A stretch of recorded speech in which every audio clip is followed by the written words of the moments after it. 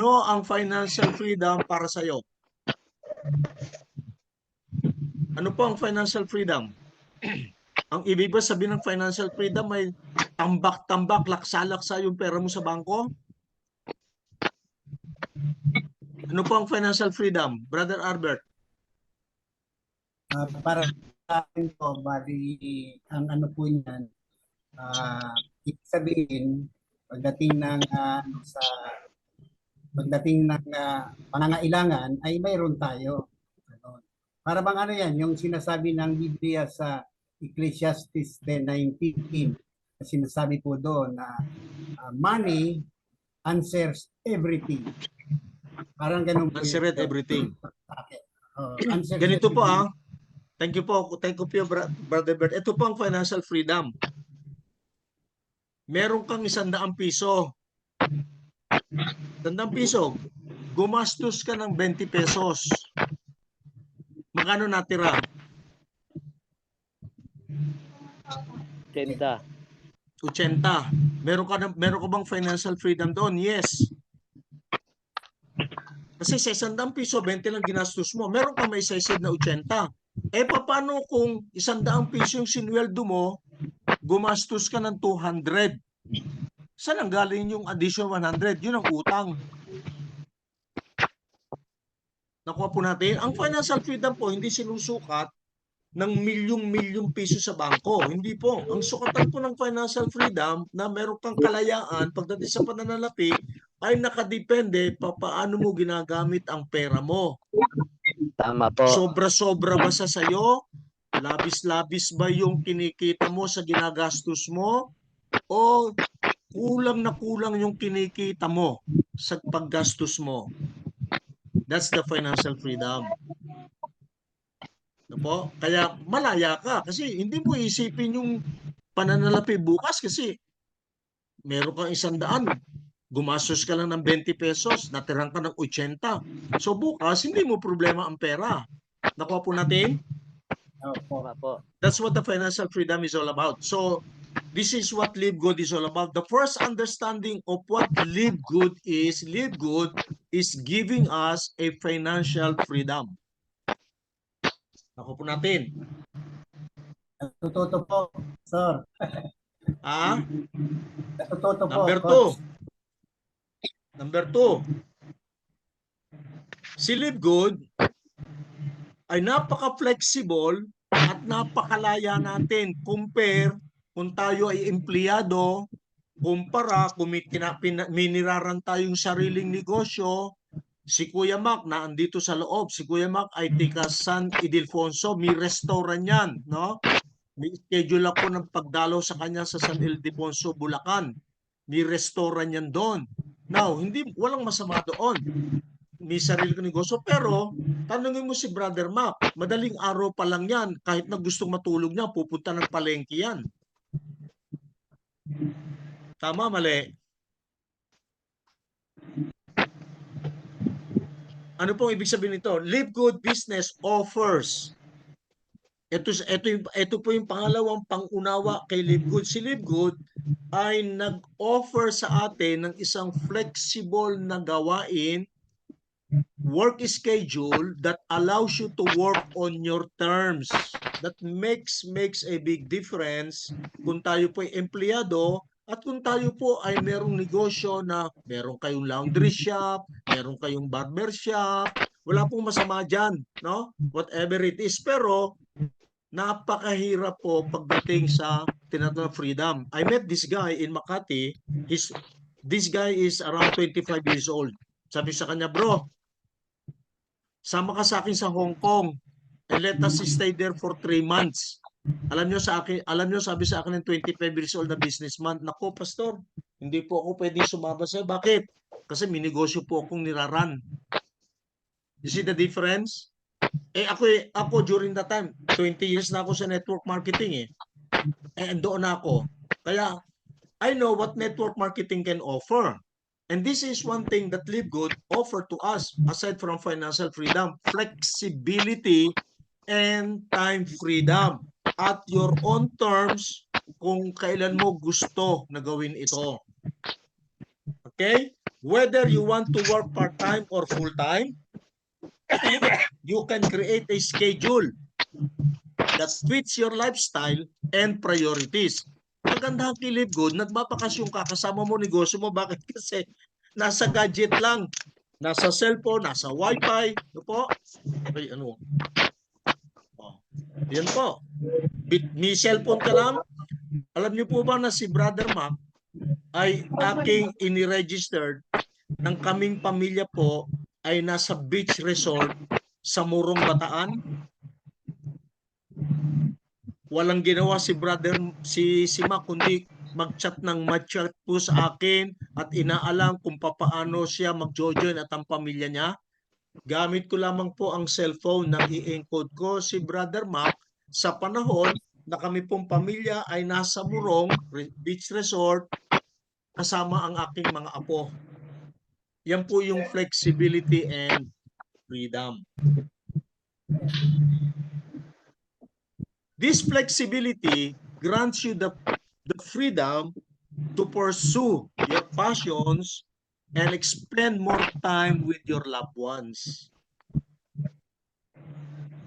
Andyan po si Sam, nasa loob. No?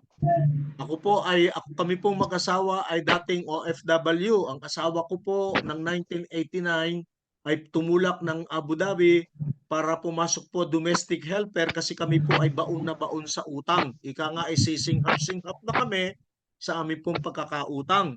So no choice po, kinakailangan akong iwanan ng aking may bahay sa mahigit na 13 taon naming pagsasama bilang mag-asawa, kinakailangan niya akong iwan.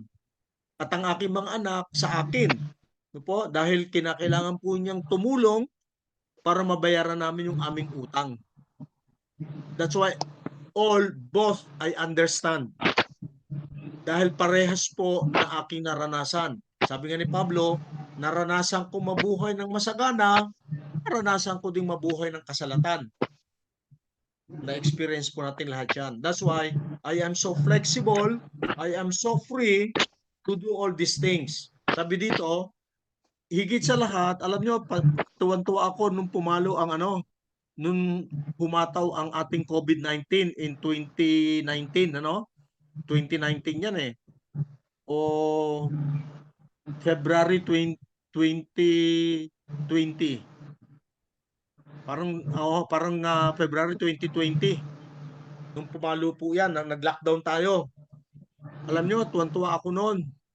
Dahil ako po yung tao na hindi sanay pumirmi sa loob ng bahay. No po? And that is because I love to socialize with people. I love to meet my clients nationwide, globally. Nagta-travel po ako because of the business. Pero nung mag-lockdown, wala po akong choice. But lo and behold, during that time of lockdown, when I shift from old marketing network marketing system ng physical na mga pagne-network natin sa online, mas nag-enjoy po ako. Bakit? June 2021 po, I earned $65,000 nasa kalagitnaan po ng lockdown, nasa loob ako ng bahay. When I shift from old marketing system to online marketing system. Nasa bahay lang po ako. Nakakaapat akong Zoom araw-araw. May Zoom po ako ng 3:00 ng madaling araw. Ang aking pong attendees ay 100 Arabs, 3:00 sa madaling araw. Yan ay mga anong oras sa kanila. Kung sa kanila ay 10:00 ng gabi plus 5 hours, 3:00 ng umaga. Nasa Zoom po ako, nagpe-present ako. Meron po akong opportunity ng 2:00 na madaling araw. Kami po ay nasa resort, na dinedicate po yung aking bunsong apo. Nag-overnight po kami sa isang resort. Habang kami po ay nasa resort, 2:00 madaling araw, pumunta ako sa isang lugar, nag-zoom ako, at ang aking ka-zoom ay nasa 70 na mga market leaders from Trinidad and Tobago. Grabe po ang technology. Kaya nga hindi po ako nahirapan at hindi nahirapan ng upline ko at hanggang ngayon, wala pong komunikasyon ng upline ko sa akin. No? Manaka-naka, o pastor, kamusta ka na? Hataw na hataw ang live good mo. No? Wala po, wala. Maniwala na kayo. Pero, dahil sa naiintindihan ko po ang business ni Live Good, by the grace of God, I do it. Kasi malino sa isip ko po kung ano ang nature ng negosyo ni Live Good. Okay? So, flexibility and freedom. Ano yung number one?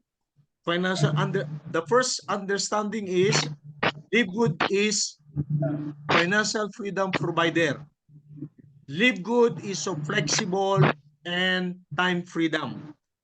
Number three, itong pinakamalupit. Residual income. Live Good is not just giving us a financial freedom, but residual income. One of the key benefits of Live Good business is the potential for residual income. By building a strong network of, tingnan nyo pa, screenshot nyo ha, by building a strong network of customers and team members, you can earn passive income that continues to grow over time, even when you're not actively working. This creates a long-term financial foundation for a secure future. Matindi, di ba? Kasi pag ganyan ang pangunawa natin kay Live Good, uulitin ko, you will become unstoppable person. No one, no challenges, no hindrances can stop you doing your Live Good business. No negativity. Nagnono na silang lahat sa offer mo, but you continue, sabi ni Brother Joy. Tama po. Pero ang challenge po natin, let us learn to build a strong network of customers. Mararanasan po natin ang retail profit pag si Live Good po ay nag-start na ng warehouse sa Philippines. Doon po natin ihahataw ang pagpo-promote ng Live Good products. E-commerce, dropshipping po tayo. Tama po. Diyan po tayo may residual income kasi residual income comes from the repeat purchase of all your people in your organization. Ulitin ko, residual income is an income from the repeat purchase of all your people in your organizations. Now, what happened? If you have 5,000 people subscribing, purchasing products every month,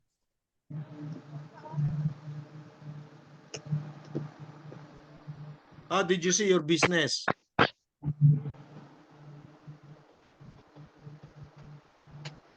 How did you see? Unstoppable po, unstoppable. And that is what we call the passive income. Yes po. Sa akin pong nakaraang company, bago tinamaan lang po kami ng COVID dahil na naging untimely ang aming pong expansion, tapos biglang nag-COVID. Ako po ay monthly minimum. During that time na hindi pa totoong napakalaki namin. 24 months. Kumikita po ako ng $3,500 every month na wala po akong ginagawa. That's why I know what is passive income is all about. And that comes from the repeat purchase of my 80,000 people in Africa. Imagine mo yun? Kaya understanding po. Kaya understanding po. Ang first understanding, Live Good offers, provide financial freedom. Live Good is a flexible business with time freedom.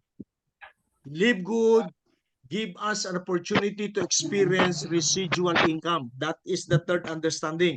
The fourth understanding, ayan, hindi lang po ito pera-pera. Sana po makita ninyo yung past year nyo kay Live Good, and this year 2024 is totally different. Pag hindi po kayo nagkaroon ng personal growth and development in your business, and we will do the same thing what we did last year, we will end up with the same result. We need to grow personally. Kung nakilala niyo po ako 20 years ago, kung sino si Pastor Nap at sino si Pastor Nap ngayon, napakalayo na po ng diferensya. And this is what we call the personal growth and development. Yan po ay ibinibigay ni Live Good sa atin. Live Good business is not just about financial rewards. It is also focuses on personal growth and development. Paano ba natin malalaman ang personal growth mo kung talagang nagkaroon ka nga ng paglago bilang isang tao? The way you do your business on a daily basis, the way you communicate with your prospects, the way you advise your people under your organization, the way you promote your business. Diyan mo po masusukat. Hindi ko po kayang sukatin yan. Kayo lang po ang makakaalam, kayo lang makasusukat kung meron po kayong inilago last year at itong this coming year. Personal growth and development. Paano po tayo na-develop ni Live Good? Naging mahusay po ba tayo sa pakikitungo natin sa kapwa? Naging lalo ba tayong matulungin? No? Na kausapin ang ating mga downline. Ang akin pong suggestion, magkaroon po kayo ng inyong personal meeting, Zoom o anuman ang gagamitin nyo po sa inyo pong mga sariling organisasyon po. Regardless, kay 10 ang downline mo, kay 2 o 1, no po, kausapin nyo po sila. Kausapin nyo sila. At ang dahilan po natin, yan po yung pagkakataon para tayo magkaroon ng personal growth in dealing with people and personality development. Ano po ba ang naitutulong ng networking kagaya ni Live Good? Alam niyo po sa networking, yung pong mga taong mga mahiyain, nagiging walang hiya. Hindi po yung masama nawawala po ang hiya. Hindi po nagiging walang hiya, nawawala po ang hiya. Nagiging bold, in other words. Yun po ay napakalaking pagbabago. Meron po tayong mga member na hindi marunong magsalita, mag-present. Ayun po, ay daig pa tayo. No? Natutuwa ako pag nakikita ko yung mga post niyo sa Facebook. Yun lamang po ay isang napakalaki ng development, growth, no? Na meron tayo ngayon. Bakit? Kasi hindi na tayo nagpo-post ng kung ano-ano. No? Yung nadapa ka lang, naka-t-shirt ka lang ng tae ng aso, ay salamat sa Diyos, nung madapa ako, hindi ako nasugatan, ipinacebook mo na. Ngayon po, wala eh. No? Talagang natutuwa ako pag nakikita ko po at ako'y nagla-likes. Nagla-likes po ako sa mga pag nakita ko din lang, nagla-likes po ako, nagko-comment ako. Okay? So ano po yung una? Financial freedom. Ano yung pangalawa? Flexibility and time freedom. Ano yung pangatlo? Residual income. Pang-apat, personal growth and development. Naramdaman niyo po ba yung paglago ninyong personal? Hello? Naramdaman niyo po ba? Nakikita niyo po ba yung difference niyo ngayon? Compare po sa mga nakalipas na panahon nang kayo ay nasa Live Good na.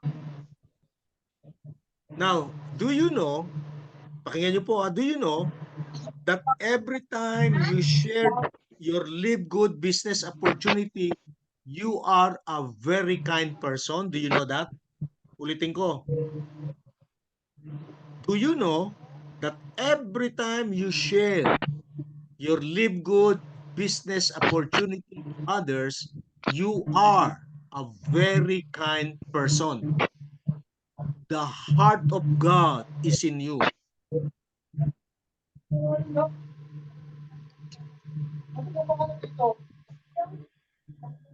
Nasa inyo po ang puso ng Diyos. Because you're a very kind person. Every time, tandaan nyo yan, every time you post something in your Facebook wall, every time you share, you text your message, your friends, or kahit na hindi mo kakilala, minessage mo, you share Live Good, whether accept it or not, it doesn't matter. You are a very kind person. Back up ka po ng langit, kapatid. Tandaan niyo po yan. Ikaw No? yun. Tandaan niyo po yan. Kinuha mo yung Paki, Ikaw yung- paki-mute po, paki-mute. Paki-mute po.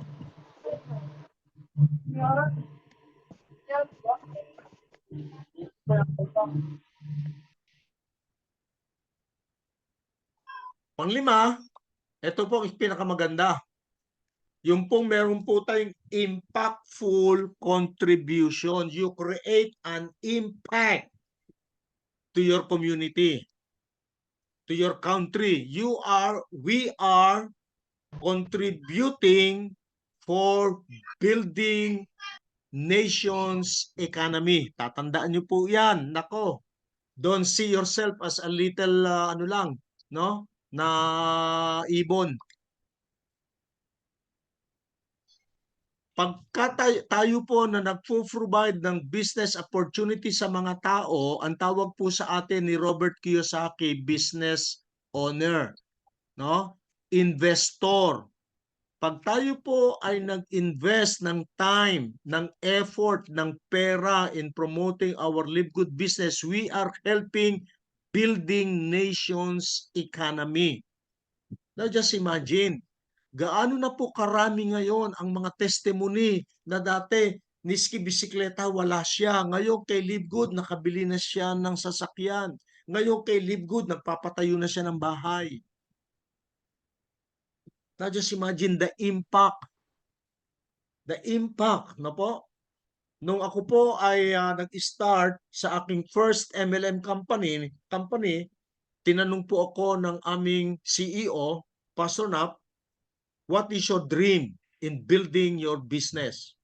And one of the things that I shared among the leaders, ito sabi ko, is to make an impact to the 5 nations of the world.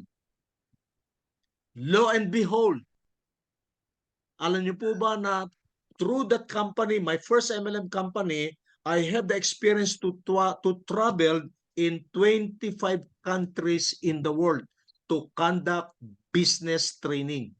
Wow. To God be the glory. Dito lang po kami sa Cubao. We just in a small office, leaders meeting with the CEO. Straight po tinanong niya ako, straight sinagot ko. My first dream in my business is to make an impact in the 5 nations of the world. Nag-build up po ako ng business sa Hong Kong, nag-build up ako ng business sa Ethiopia, nag-build ako ng business sa Uganda, nag-build ako ng business sa Kenya, nag-build ako ng business sa South Africa, name it. Now, Live Good business is built on the foundation of making a positive impact in people's lives. By joining, you become a part of a community. Pakinggan niyo pong mabuti ha. A community dedicated to promoting health, wellness, and personal development. You have the opportunity to help others achieve their goals and make a meaningful difference in their lives. That's why, for more than 2 decades, hindi po ako bumitaw sa network marketing. Bakit? Kasi my understanding in doing network marketing in different companies now in Live Good is an impactful contribution, a meaningful, to create a meaningful difference in people's lives. Wow.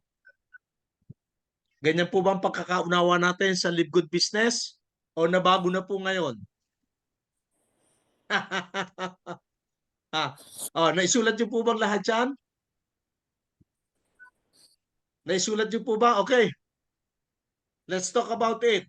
Okay, magbukas po kayo, mag-unmute po kayo. Naisulat niyo po bang lahat? Napicturean ninyo? Yes po. Opo. And this is only the part 1. Next Hindi pa Thursday po. is the part 2.